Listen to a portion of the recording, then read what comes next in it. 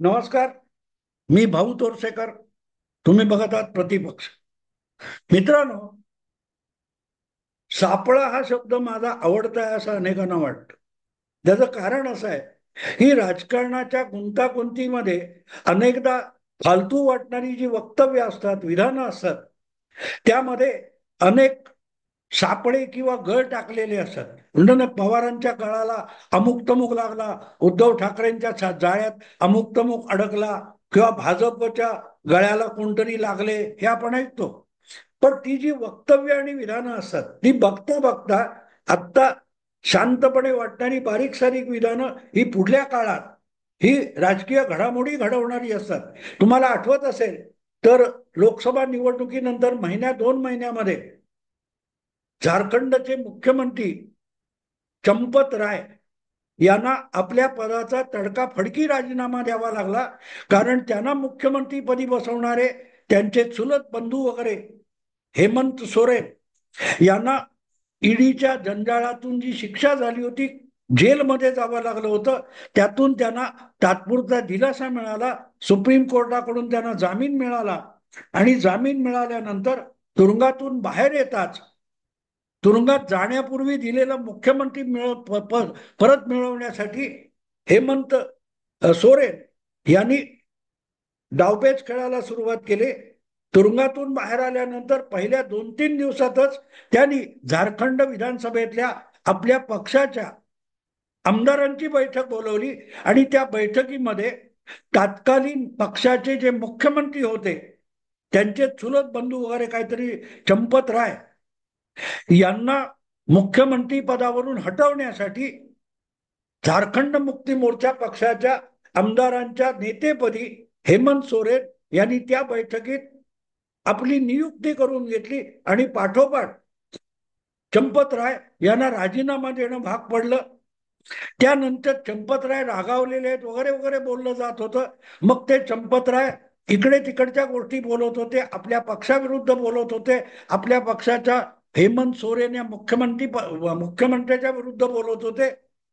आणि आपण दिल्लीला अतिशय महत्वाच्या व्यक्तिगत कामासाठी जात होतो असं बोलता बोलता एक दिवस तेच चंपतराय सरळ सरळ उठून भारतीय जनता पक्षामध्ये सहभागी झाले. गंमत हीच असते मित्रांनो, ही विधानं आपल्याला वाटतात ती हवेतली आहेत, पण ती हवेतली नसतात. त्यामागे राजकीय नेते काही सूचना सांगत असतात, देत असतात, आणि त्या सूचना ह्या तुम्हाला मला कळत नसल्या तरी त्यांना ओळखणाऱ्या किंवा त्यांच्या विश्वासातल्या लोकांना त्या सूचना आपोआप कळत असतात, आपोआप कळत असतात. आणि असल्या सूचना किंवा असले सापळे रचण्यात आपले महाराष्ट्रातले बुजुर्ग नेते, जाणते नेते शरद पवार अत्यंत मशहूर आहे. लोक म्हणजे त्यासाठीच ते प्रसिद्ध आहे की बोलतील लोकांना भलतं वाटेल आणि होईल तिसरंच. आणि म्हणूनच शरद पवारांसारख्यांनी अचानक रोहित पवार हे सुद्धा मुख्यमंत्री होऊ शकतात असं जेव्हा म्हटलं, तेव्हा त्याला आपण सापळा म्हणून त्याकडे बघितलं पाहिजे. शरद पवार असा हवेत काहीतरी बोलत नाही, ते अतिशय गंभीरपणे बोलतात.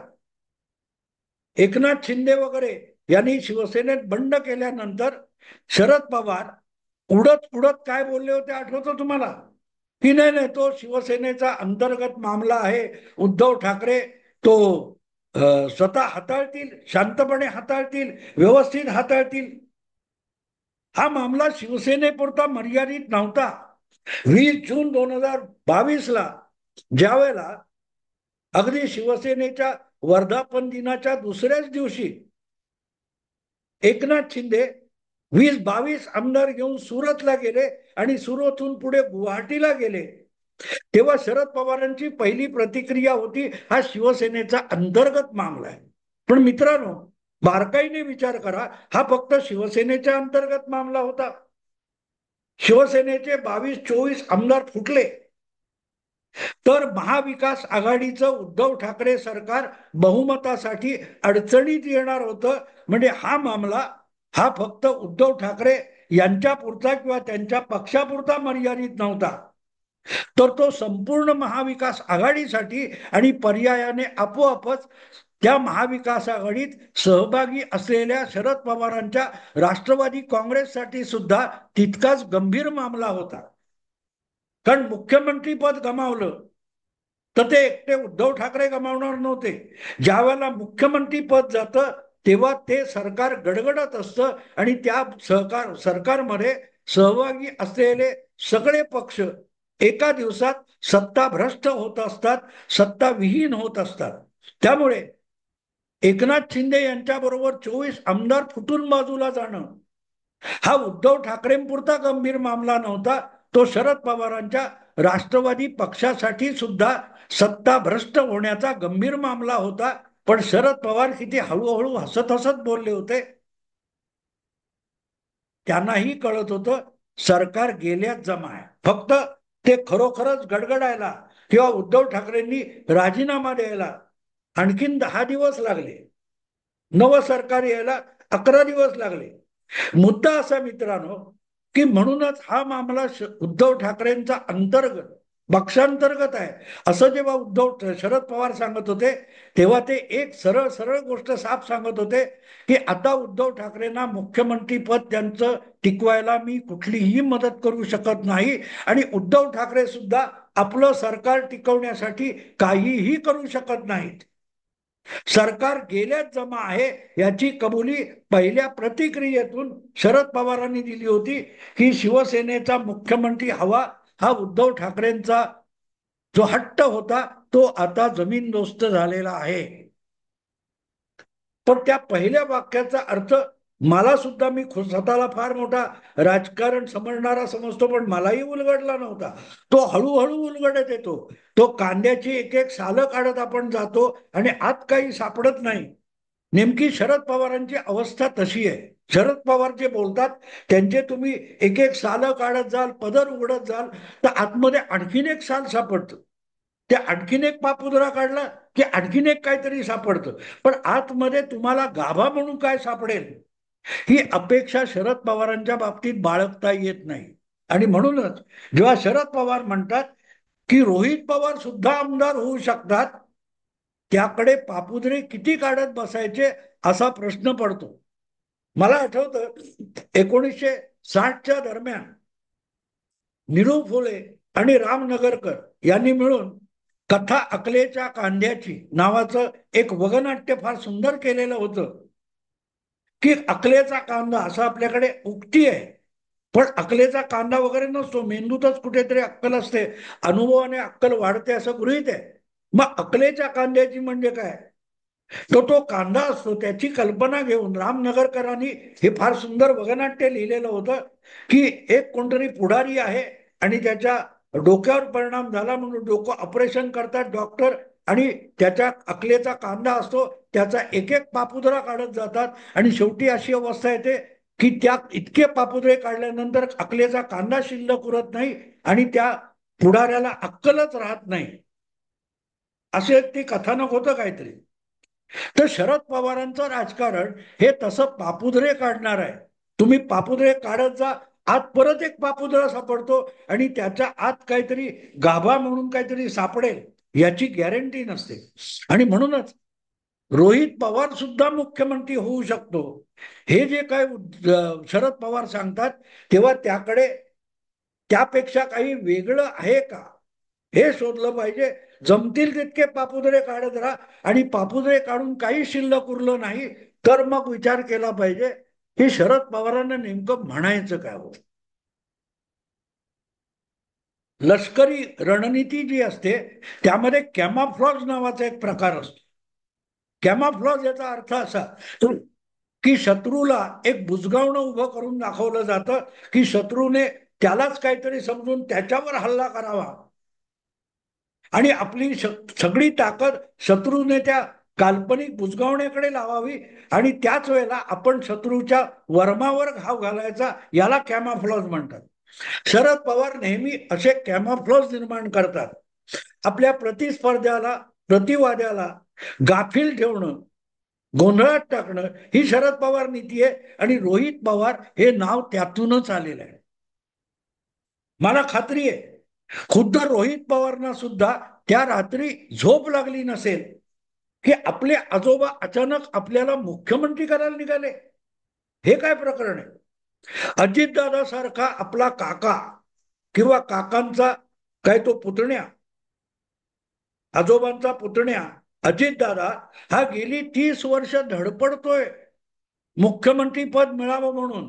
अजितदादांनी आपलं दुखणं सुद्धा तुम्हाला माहिती आहे जाहीरपणे व्यक्त केलं की 2004 मध्ये राष्ट्रवादीचे जास्त आमदार होते, काँग्रेसपेक्षा एक आमदार जास्त होता.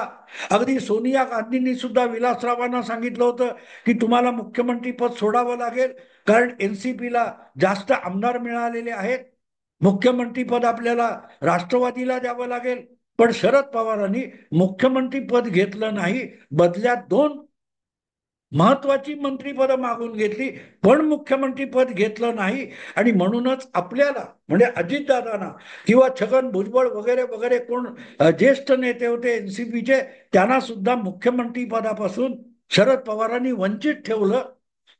हा दावा अजितदादांनी रागारागाने केलेल्या भाषणात अनेकदा केलेला आहे.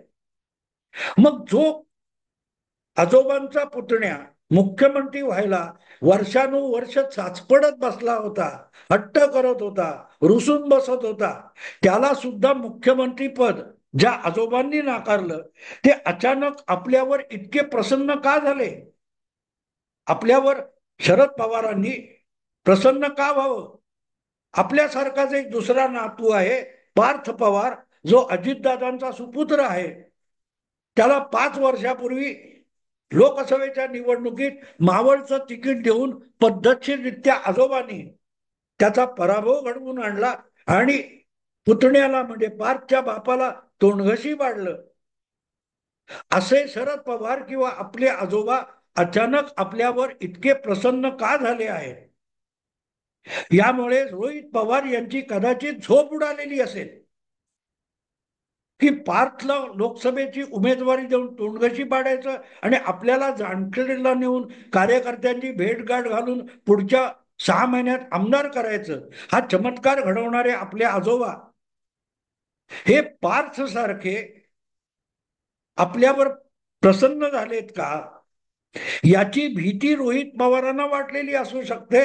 कारण जेव्हा शरद पवार कोणाला तरी मोठं करायला जातात तेव्हा त्याला नामशेष करून टाकतात. हा गेल्या 40-50 वर्षातला राजकीय इतिहास आहे. आणि म्हणून मला असं वाटतं की ज्या दिवशी पार्थचं नाव शरद पवारांनी मुख्यमंत्री पदासाठी घेतलं त्या रात्री कदाचित रोहित पवारांना शांतपणे झोप पण लागली नसेल, कदाचित पुढचे काही दिवस रोहित पवारांना झोप लागलेली नसेल, त्यांचं मन उडालेलं असेल. कारण आणखीन एक गंमत आहे, आजोबांनी या रोहित नावाच्या नातवाचं मुख्यमंत्री पदासाठी नाव घेतलं, त्यानंतरच्या काळात रोहित पवार यांनी केलेलं कुठलंही महत्वाचं वक्तव्य माझ्या तरी ऐकिवात नाहीये, माझ्या तरी ऐकिवात नाहीये. इतकी रोहित पवार यांची बोबडी वळली. इथेच कळतं की शरद पवार जेव्हा रोहित पवार हे सुद्धा मुख्यमंत्री होऊ शकतात, तो एक कॅमोफ्लॉज आहे, तो एक राजकीय सापळा आहे, राजकीय सापळा आहे.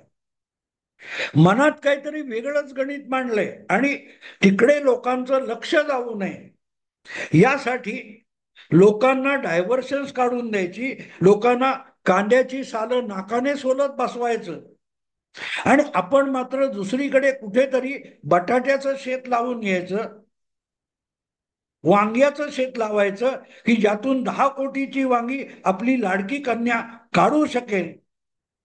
असं काहीतरी शरद पवार करतायत की काय याचा विचार करणं भाग होतं मित्र. सोपी गोष्ट नाही आहे. शरद पवार हे समजून घ्यायला खरोखरच खुद्द शरद पवारांना सुद्धा मी अनेकदा सांगतो, शरद पवार सुद्धा शरद पवारांच्या डोक्यात काय चाललंय हे सांगू शकत नाहीत.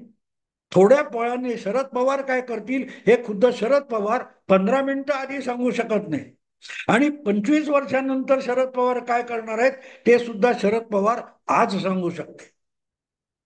आणि म्हणून शरद पवारांचं प्रत्येक वक्तव्य किंवा भूमिका हा एक राजकीय सापळा असतो. तो सापळा बारकाईने समजून घेण्याची आवश्यकता असते.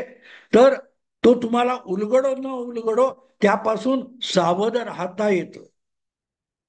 एक गोष्ट मी एका व्हिडिओत सांगितली की रोहित पवारचं नाव अचानक घुसवायचं, याचा अर्थ उद्धव ठाकरे किंवा आदित्य ठाकरे किंवा कुठलाही ठाकरे 2024च्या विधानसभा निवडणुकीनंतर मुख्यमंत्री होणार नाही, हा शरद पवारांनी रोहितच्या नावातून दिलेला सिग्नल आहे. पण त्याआधी अचानक शरद पवारांनी महिला मुख्यमंत्री होऊ शकते असं सांगितलं. आणि शरद पवारांसमोरची